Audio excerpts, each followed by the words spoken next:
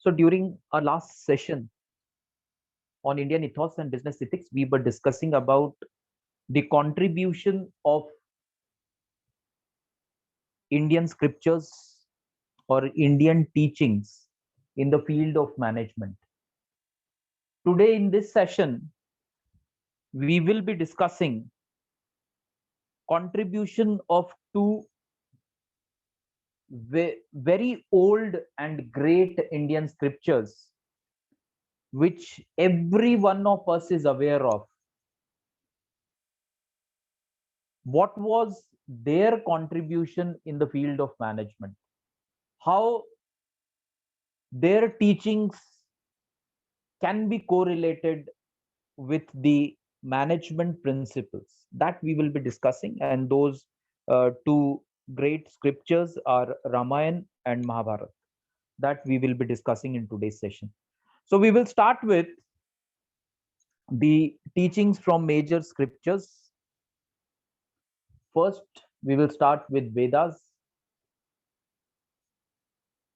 So there are four Veds. First one is called as Rig Ved, then Yajurved, Samaved, and Atharvaved. So these four Veds are there. And the main belief or main principle which is based on these Veds is directed towards one common goal. And that common goal is to achieve union of individual with the world self. That means that how we can be in align with the divine force. That is the main learning or teaching of the Vedas. That the life or the goal of the life or the focus of the life or the main objective of the life of any person, of any individual should be that how that particular person can achieve the supreme goal of that how his, what we can say, कैसे हमारी आत्मा परमात्मा से मिल सकती है. That is what is mentioned in the Vedas. We have discussed in the last sessions also that in the great scriptures, the life of an individual is divided into various ashramas. And the last ashram, which is also called as Vanaprastha ashram, in that it is expected that after taking birth, after going to say Gurukul and learning the lessons of life, after completing that Grahastha ashram, the person, the individual should proceed to the last ashram, which is also called as Vanaprastha ashram. In that, the person is supposed to do meditation. The person is supposed to pray to the God. And the person,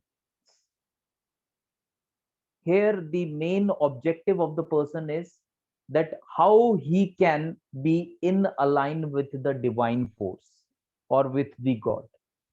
So that is the major learnings of all the Vedas. The other learning is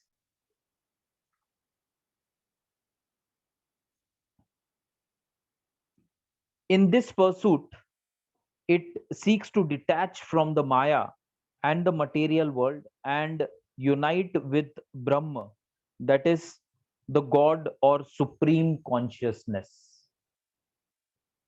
So that we had discussed in the last sessions also, that what happens in the last ashram when a person completes his all the responsibilities of the grahast ashram in 70s or 80s, whenever the person feels that he has completed all the responsibilities of that towards his or her family, then that person should proceed for the vanprastha. In this, the person starts believing that material happiness is not the real happiness, which is the main objective of life. So material happiness here in these Vedas is called as Maya. So Maya is material happiness, which is different from the real happiness. Real happiness is that when the person gets in align with the divine force, and that is called as the supreme consciousness. So these are the teachings from the Vedas. Then Bhagavad Gita. Now we all know that how and when Bhagavad Gita was written. What was the intention behind Bhagavad Gita, and what are the major learnings of Bhagavad Gita that we will be discussing. So I'll just read out the lines written on the slide and then we will discuss. Bhagavad Gita, it is a poem which depicts lessons on spirituality and ethics through a dialogue between Lord Krishna and warrior Arjun, who is at great crisis of his life.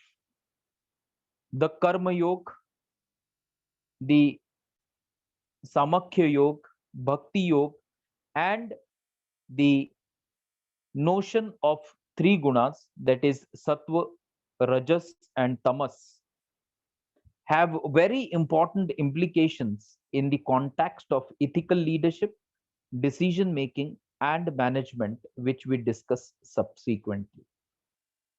So the three gunas, that is the Sattva, Rajas, and Tamas, we have already discussed in the Triguna theory.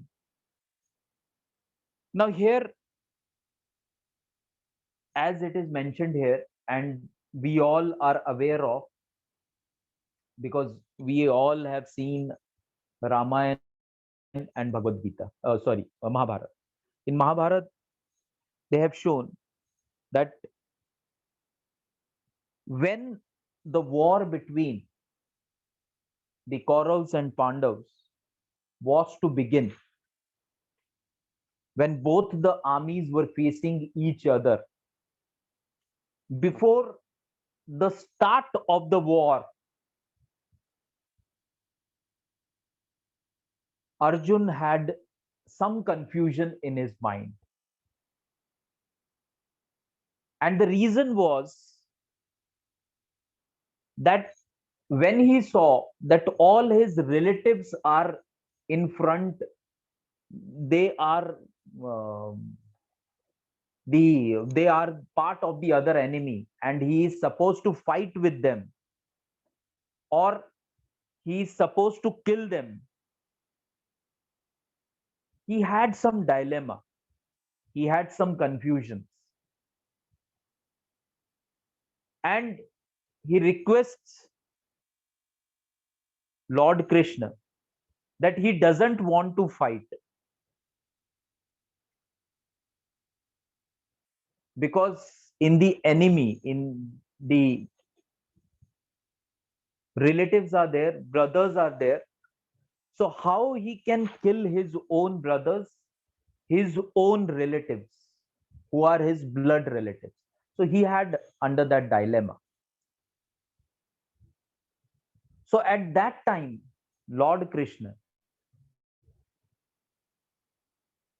he gave him the lessons, and those lessons are part of Bhagavad Gita.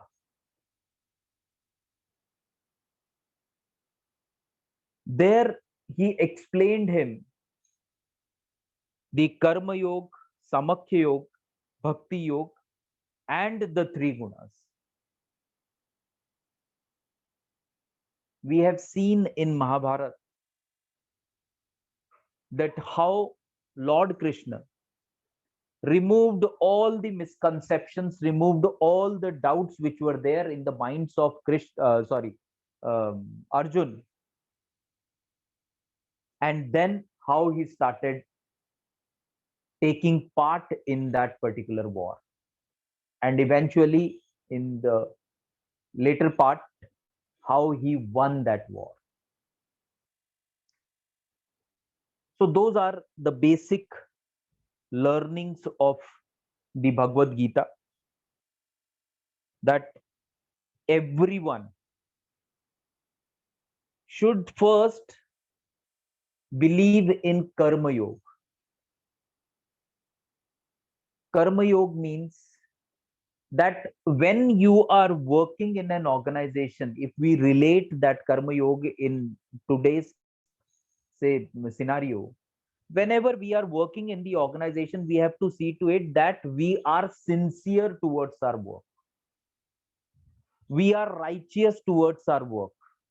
Whatever is expected from our role, from our job, we should be able to perform that.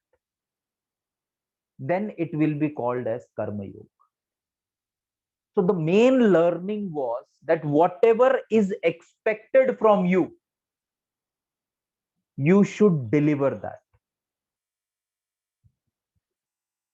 So there, Lord Krishna, he explained Arjun that how taking part in the war and how he is correct and the other relatives who are part of that Kaurav Sena, how they are wrong. How the Pandav Sena is on the righteous track, whereas how the Kaurav Sena is on the wrong track. How they are performing their karma and how the Kaurav Sena is not performing their karma. So these things were explained before the start of the war.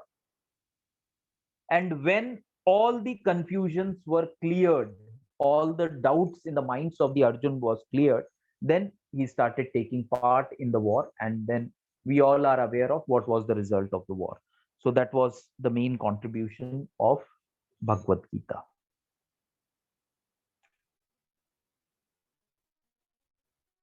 Now we will talk about the Ramayana. So Ramayana depicts the duties of relationships, portraying the ideal characters like the ideal father, the ideal servant, the ideal brother, the ideal wife, and the ideal king. Apart from this, Ramayana also teaches us how the temptation for lust can bring a powerful and well established man's doomsday. So, again, in Ramayana, also, we all are aware of that how one of the most powerful king in the world in those days, Ravan, was regarded as not only one of the most powerful person or most powerful king, but he was also regarded as one of the most knowledgeable person in those days, who was having knowledge of Ved, who was knowledge having knowledge of Purans, and who was one of the greatest disciple of Lord Shiva. We all have seen that in the Ramayana, the serial which was telecast on Doordarshan. Recently, during the start of lockdown, we have also read Ramayana. So the main learning of Ramayana is that when a person is having power, or we can say absolute power, too much of power, then also the person should, before taking a decision, think about the decision in a correct manner, and on the basis of his thinking, or on the basis of correct analysis only, the decisions are to be taken. Otherwise, the most powerful person can also can also say can also uh, have a decline, that we have already seen in Ramayana, that how Ravan, who has, say, we all are aware of, that he was the person, or he was the king who has defeated um, the gods also. He was so powerful. But then, because of lust, how that downfall took place, that also we are aware of. So the main uh, learnings are that how the relationship should be, relationship between father and son, relationship between husband and wife, relationship between brother and brother, relationship between the king and the general public, relationship between two kings. So all these things we have seen, we have read, and all these things can be correlated with the management field also. When we talk about, say, how the relationship should be between the king and the general public, we can very easily correlate in today's industrial scenario, that how the relationship should be of a manager and the employees. There we have seen that before taking a decision, king used to ask suggestion from the general public. Same principle is being implemented in the organizations also. Nowadays, managers who believe in, say, democratic style of leadership,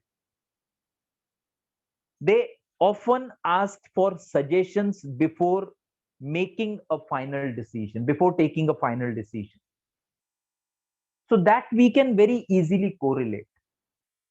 If we talk about the relationship between a king and another king, here we can very easily correlate it with the relationship between the organization and another organization, how their relationship should be, how they can have a healthy competition, and how, with the help of healthy competition, they both the organization can survive in the market.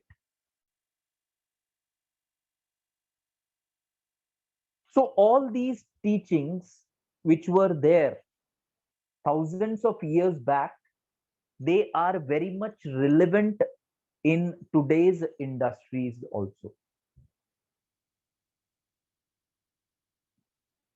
Then if we talk about the relationship between husband and wife, in those days also,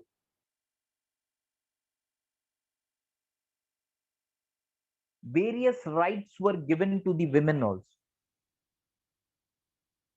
And in today's industrial scenario also, we see gender, we talk about gender equality, that equal chance should be given to a lady, to a female also, if the female is having capabilities.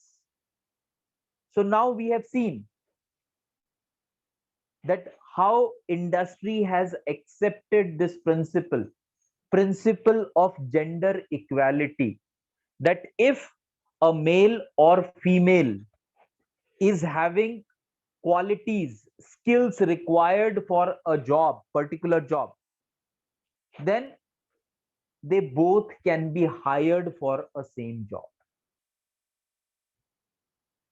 Earlier, it was thought that man men are more capable, they are more skilled, they are more knowledgeable, and they could be, if hired, they could be a better performer. But nowadays, things have changed. Now, this discrimination is not there. A person, whether he is a male or she is a female, person is selected only on the basis of his caliber, his potential, his qualities, his skills, his intelligence, not on the basis of gender.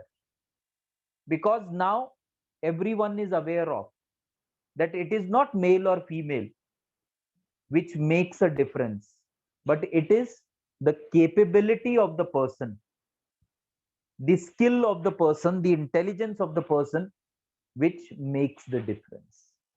So all these learnings which were there, all these teachings which were there thousands of years back, they are relevant in today's time also. Now here some very important management lessons that we are going to discuss is, first one is skill development. Then we will the talk about four C consequences. Then we will talk about right partnership, and we will also be talking about the principles, or we can say the right principles. So skill development, we all have heard the term T&D, training and development. Now those who are working and those who are not working, they will agree that after doing MBA or after doing engineering or after doing B Pharmacy or after doing architecture, whenever you join a organization,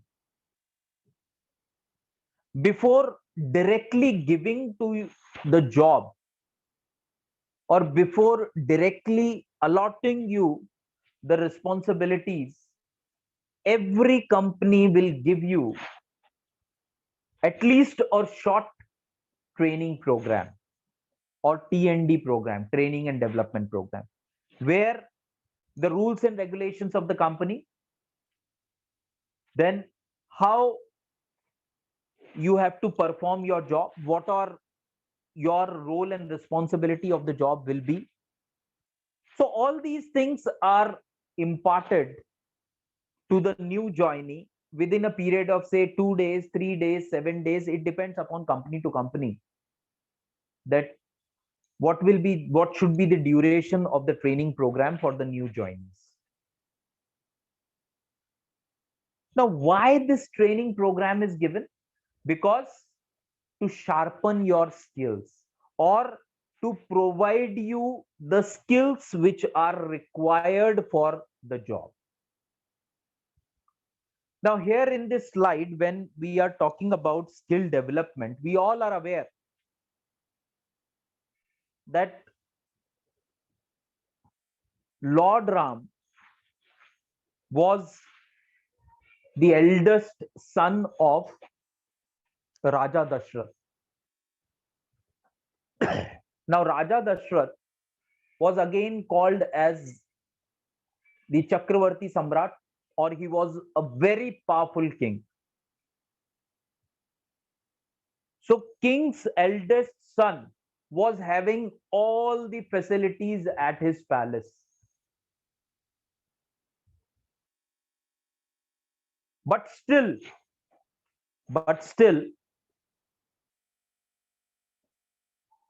Lord Ram went to the Gurukul and he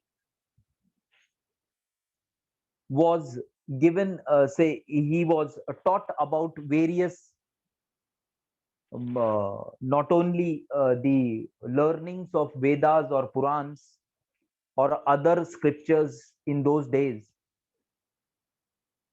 but he was given the training required for a king. So both the how the king can look after the general public or administration effectively, and how he can sharpen his skills of fighting, because as a king, whenever war will be there, he has to defend his country also. So skill development, we have seen that a king's son was sent to the Gurukul for many years, and there he was given lessons on warfare as well as administration. Now, because of this skill development, he was able to develop his skills,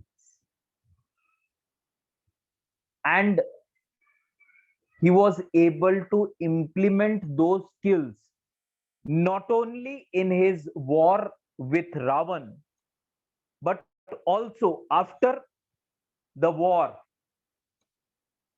when he became king, Lord Ram, when he became king of Ayodhya, how he ruled his country,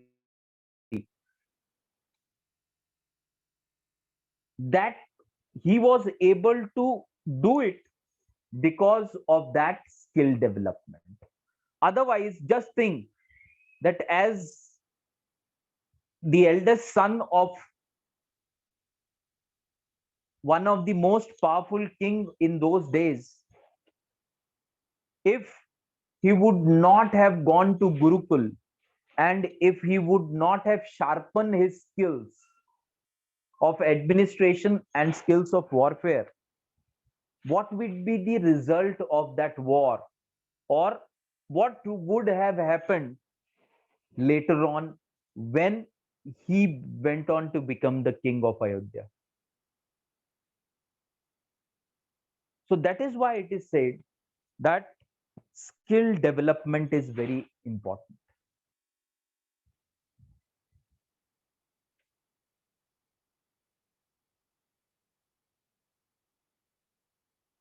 During our session, or a Saturday session also, I had shared you the statistics that less than 3%, according to SOCHAM, and less than 9%, according to India Today, are the MBA graduate when they are rated on their skill employability. So out of 100, only 3 or less than 3 students are employable. MBA students are employable. What is lacking? Skill development is lacking. So if you are able to develop your skills, then only you will become employable. Otherwise, not. So just imagine, when son of a powerful king is also concentrating on skill development, then we should all invest time in developing our skills. Otherwise, there will be difficulties, not only in getting a job, but also in retaining a job if you get a job. So that is the importance of skill development. Now, the next one is foresee consequences. Now, under foresee consequences, it is mentioned very clearly on the slide itself that what happens if, without any, say, prior thought, if you commit something what can happen.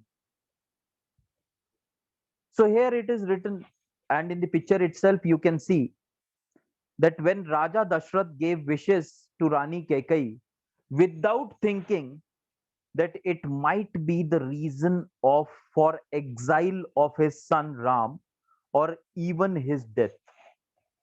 So while signing an agreement, we should be aware of consequences it can bring in the future.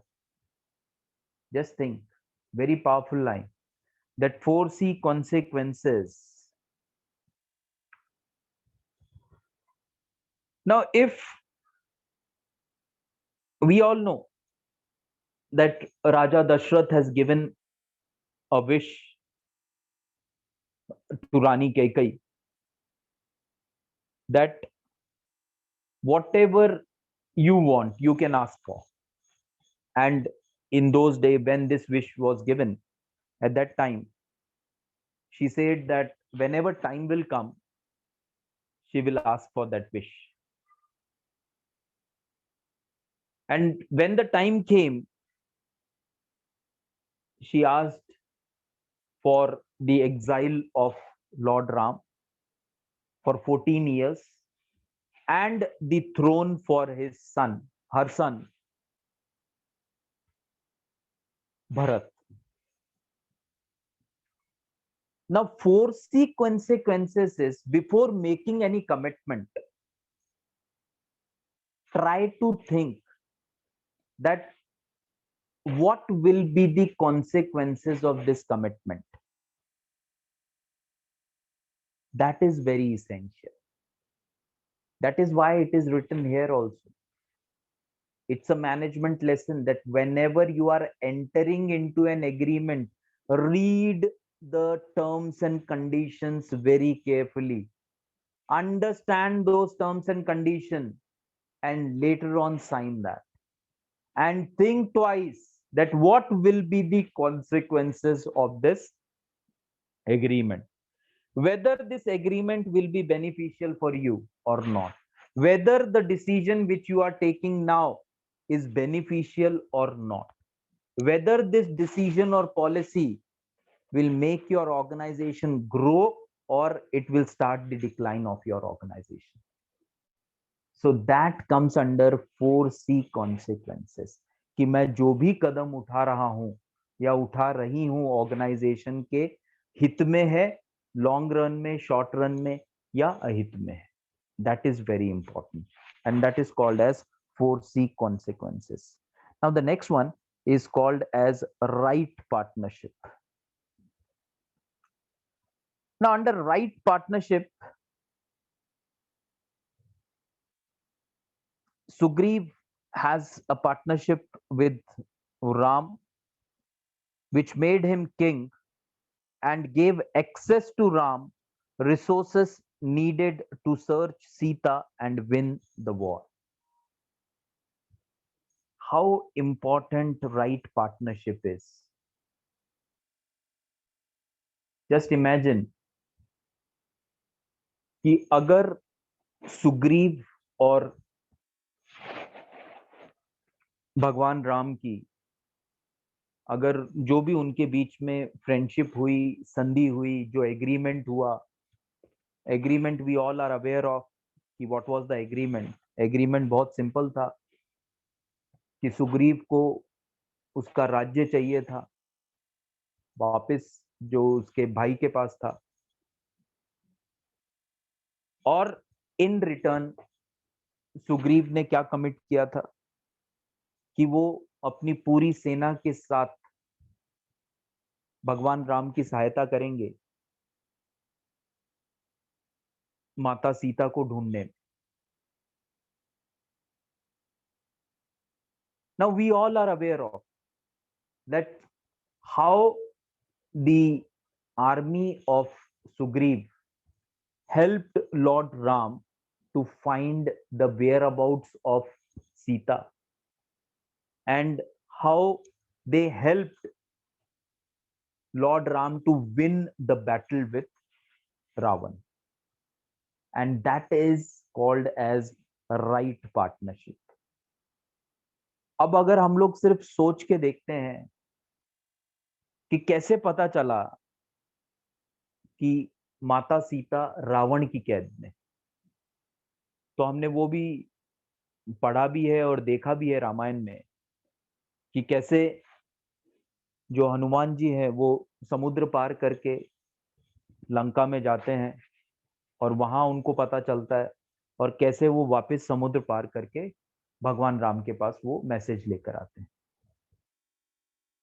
कैसे सुग्रीव की सेना समुद्र में एक पुल बनाती है जिसकी सहायता से पूरी सेना लंका जाती है और लंका पे अटैक करती है। अब अगर हम लोग सिर्फ सोच के देखें कि सपोज अगर ये पार्टनरशिप नहीं होती, अगर भगवान राम को सुग्रीव नहीं मिलते, दोनों के बीच में संधि नहीं होती, तो शायद माता सीता को ढूंढना और भी कठिन हो जाता। So that is why it is said that if in today's industrial landscape, if we talk about that, if you want to grow, right partnership is very important. So it is written here also, the partnership with the right person when needed must be done, keeping the mutual beneficial relationship. तो जब भी ऐसा मौका मिलता है किसी right partnership का जो दोनों के हित में है, दोनों पार्टनर्स के हित में है, तो ऐसी पार्टनरशिप की करनी चाहिए। बैठ लीजिए ना, नहीं ध्यान से, ये मला बसत नाही, बसत आहेत नाही, लेक्चर चालू है। कौन है? Yes, so that is called as right partnership. Now we will talk about the principles.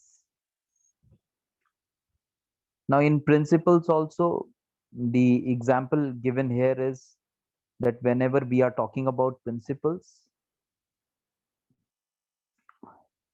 we have seen, we have heard, we have read that when the throne was offered, जब भगवान राम को 14 वर्ष का वनवास हुआ और जब सिंहासन जो ऑफर किया गया भरत को, तो कैसे भरत ने उसे मना कर दिया, and that is called as principles, जिसे हम लोग नैतिकता भी बोलते हैं। Because he was of the opinion that the elder brother और eldest brother lord Ram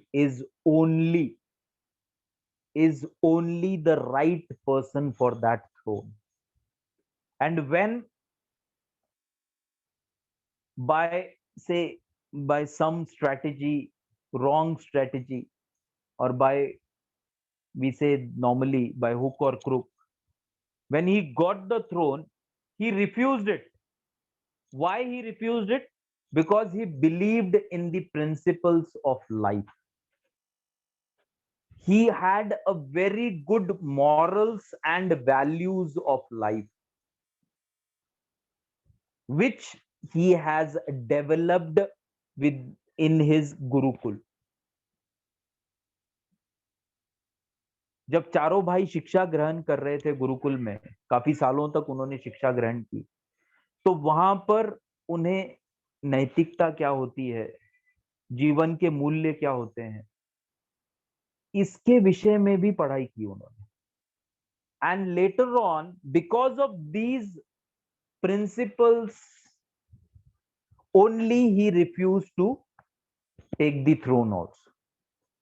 And we all know that he used to live in a hut and he used to sleep on the say वो नीचे चटाई डाल के सोते थे, महल में रहते नहीं थे, झोपड़ी में ही रहते थे, और वहां से वो गवर्न कर रहे थे। और 14 साल के बाद जैसे ही भगवान राम वापस आते हैं तो उनको उनका राज्य वो वापस दे देते हैं। Why? Because he used to believe in the principles, right? Now if we talk about management from management point of view, or if we talk about the management lessons, now here we can say that entrepreneurs should stick to values, morals, and principles. Now, why the entrepreneurs should stick to the values, morals, and principles? The reason is very simple, that you can earn profit by hook or crook,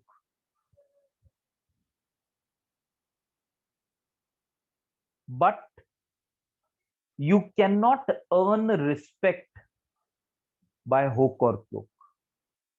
You will be able to earn respect of general public only if you follow the values, morals, and principle in your organization,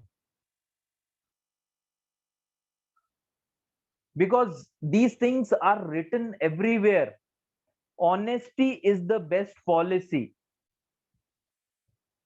Since our childhood, when we were in schools, we were taught about this, that honesty is the best policy. I'm sure that when you were in schools, you would have definitely be taught on that honesty is the best policy. And the children who will be now going to school, they will also be taught the same policy, that honesty is the best policy. So saying it is very simple, writing it is very simple, but when we are supposed to implement it in the real life, then it is not that much easy. And that is what is expected from the entrepreneurs. It should not happen that because of some profit, or for the sake of earning more money, for the sake of developing the organization, if they are compromising on their values, morals, and principles, and with that, if they are able to earn more money, then it is not expected from a good entrepreneur. They will be able to earn money, but they will not be able to earn respect. They will be able to earn profits, but they will not be able to earn happiness. जो खुशी अंदर से आनी चाहिए, वो खुशी उन्हें नहीं मिलेगी, क्योंकि कहीं ना कहीं उनको पता है कि ये जो मैंने पैसा कमाया है, ये जो प्रॉफिट कमाया है, ये मैंने कहीं ना कहीं गलत तरीके से कमाया. So that should not happen. And that is what are the learnings of the Ramayana. Now, we will move on to the next, the learnings of the Mahabharata. जो अभी हमने भगवत गीता या महाभारत, उसके क्या learnings है, that now we will be discussing. Now there,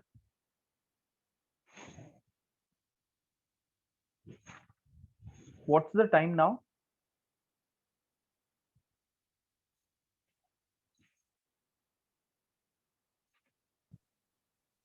Sir, 8:50. It's 8:50. Okay, 8:50. So we are having 10 minutes. Okay, we will try to complete it. Now, the major learnings of Mahabharata is, or are, point number one is turn your weaknesses into strength. That we have already discussed. And why turn your weaknesses into strength? Because in Mahabharata, we have seen that when two armies were there, on papers, or if we talk about practical also,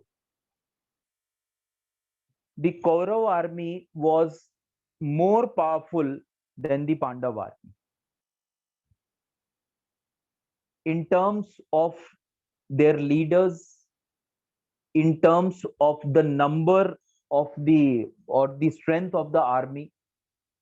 On both the front, Kauravs were far superior than the Pandavas. But still the result was different. And one of the main reason was that turn your weaknesses into strengths.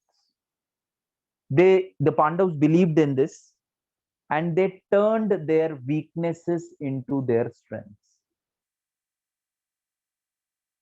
Even after spending their childhood in Gurukul, in learning various Vedas and techniques of warfare, when it was almost clear that there will be a war very shortly between the Pandavas and the Kauravas, at that time, Arjun went to various gurus and he started meditating. He started practicing more and more about about the warfare, because he wanted to turn his weaknesses into strengths. तो जैसे रामायण में भी हमने देखा कि काफी गुरुओं के पास वो गए, वहां से उन्होंने शिक्षा ली, अलग अलग टाइप के अस्त्र उन्होंने वहां से उनको गुरु ने दिए, और उस तरीके से उन्होंने अपने आप को इतना स्ट्रांग बना लिया कि and result we all know what happened. So if we compare this in today's industry also, that if you want to grow in the organization, if you want to be at the top of the organization, you have to turn your weaknesses into strengths. If you are unable to turn your weaknesses into strength, your job is at stake, or you are in danger zone. So that is very important. Turn enemies into allies. Very simple, very relevant in today's world also. That if you want to do good in your organization, then you have to turn your enemies into your allies or into your friends. आप अगर सिर्फ झगड़ा करते रहोगे इसके साथ उसके साथ किसी ऑर्गेनाइजेशन में, तो you are not going to grow. You have to concentrate how you can avoid a conflict and how you can achieve the friendship of most of the people in the organization if you want to grow in the organization. Now share your responsibilities. Again, it is very simple.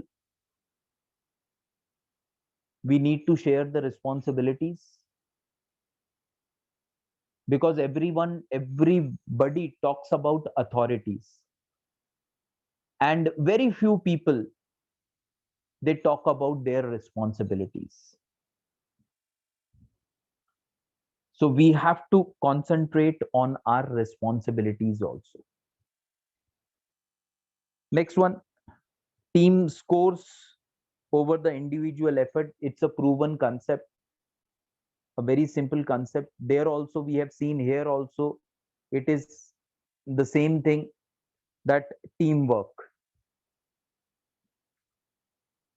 बहुत सारे videos हैं, बहुत सारे movies हैं उसके ऊपर, कि अगर एक प्लेयर, अगर किसी मैच में एक प्लेयर है, सिर्फ वही अच्छे से अगर खेल रहा है तो शायद मैच नहीं जीतेंगे, पर अगर पूरे प्लेयर एक कमिटमेंट के साथ खेलते हैं तो बहुत चांसेस हैं कि वो मैच वो जीत जाएंगे.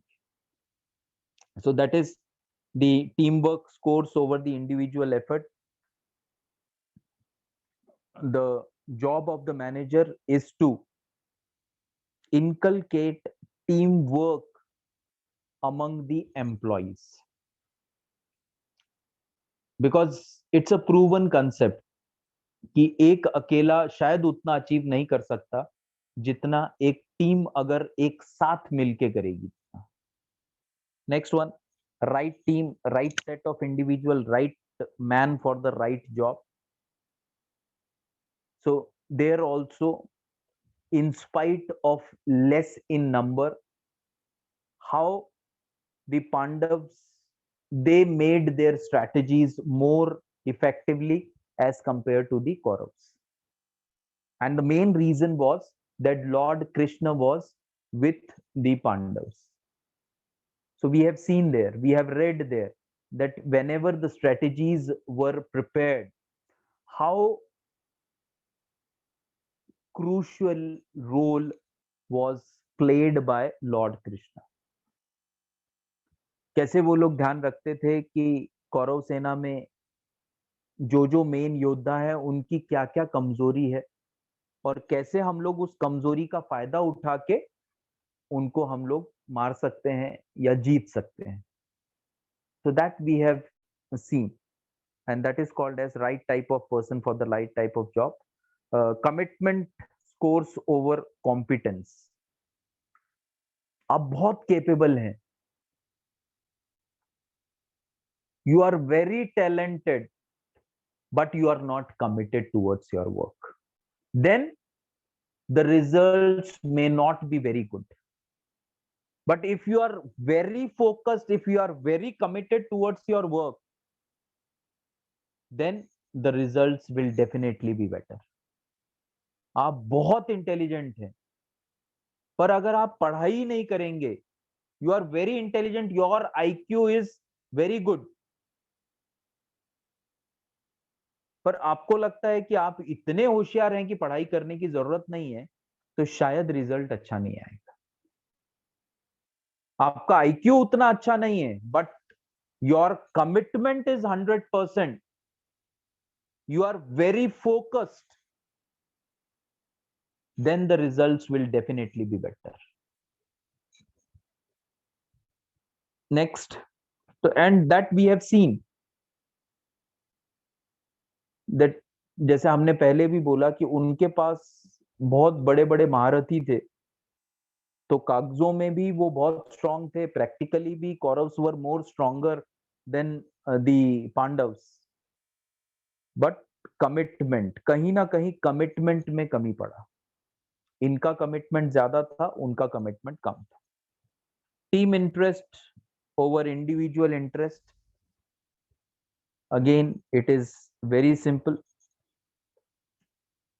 आज के पीरियड में भी अगर हम देखेंगे कि अगर हमारे में ये फीलिंग है कि organisation first, if I believe in this principle that organization first,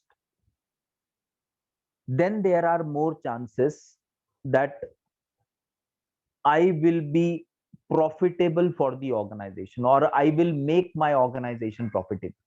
Why?